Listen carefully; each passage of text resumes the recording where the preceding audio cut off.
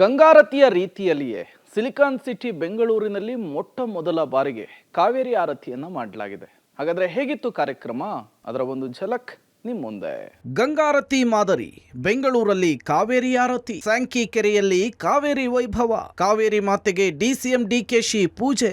ಗಂಗಾರತಿ ಧಾರ್ಮಿಕ ಪಂಡಿತ ಬಳಗದಿಂದ ಪೂಜೆ. ಹೌದು, ಉತ್ತರ ಪ್ರದೇಶದ ವಾರಣಾಸಿಯಲ್ಲಿ ಗಂಗಾರತಿಯು ಖ್ಯಾತಿ ಗಳಿಸಿದೆ. ಇದೇ ಮಾದರಿಯಲ್ಲಿಯೇ ಬೆಂಗಳೂರಿನ ಮಲ್ಲೇಶ್ವರದ ಬಳಿ ಇರುವಂತಹ ಸ್ಯಾಂಕಿ ಕೆರೆಯಲ್ಲಿ ಕಾವೇರಿ ಆರತಿ ನಡೆಯಿತು. ಕಾವೇರಿ ತಾಯಿಗೆ ಗೌರವ ಸೂಚಿಸುವ ಉದ್ದೇಶದಿಂದ ಆರತಿ ಜರುಗಿತು. ಡಿಸಿಎಂ ಡಿಕೆಶಿ ಕಾವೇರಿ ಆರತಿ ಮಾಡುವ ಮೂಲಕ ಚಾಲನೆ ಕೊಟ್ಟರು.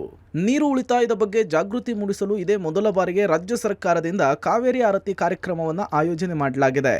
ಕಾವೇರಿ ಮಾತೆಗೆ ಪೂಜೆ ಮಾಡಿ ಡಿಸಿಎಂ ಡಿಕೆ ಶಿವಕುಮಾರ್ ಅಧಿಕೃತ ಚಾಲನೆ ಕೊಟ್ಟರು. ಭಾಗಮಂಡಲದ ತ್ರಿವೇಣಿ ಸಂಗಮದಿಂದ ತಂದಿದ್ದ ಕಾವೇರಿ ಜಲಕ್ಕೆ ಪೂಜೆ ಸಲ್ಲಿಸಲಾಯಿತು. 108 ಕಳಶಗಳೊಂದಿಗೆ ಪೂರ್ಣ ಕುಂಭ ಕಳಶವನ್ನು ಹೊತ್ತು ತಂದ ಮಹಿಳೆಯರು ಪೂಜೆಗೆ ಮೆರಗನ ಕೊಟ್ಟರು. ವಿಶೇಷ ಅಂದರೆ ತೇಲುವ ವೇದಿಕೆಯಲ್ಲಿ ಗಂಗಾಮಾತೆಯ ವಿಗ್ರಹ ಪ್ರತಿಷ್ಠಾಪನೆ ಮಾಡಲಾಗಿತ್ತು. ತೇಲುವ ವೇದಿಕೆಯಲ್ಲಿ ವಾರಣಾಸಿಯ ಪ್ರಸಿದ್ಧ ತಂಡದಿಂದ ಕಾವೇರಿ ಆರತಿಯ ಮೂಲಕ ಪ್ರತಿಜ್ಞಾ ವಿಧಿಯನ್ನು ಸ್ವೀಕಾರ ಮಾಡಲಾಯಿತು. ಉತ್ತರ ಭಾರತದ ಪುರೋಹಿತರಿಂದ ಪೂಜೆ ಸಲ್ಲಿಸಲಾಯಿತು.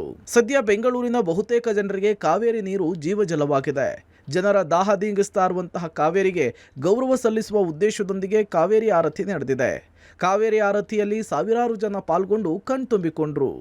News desk, public TV, Bengaluru.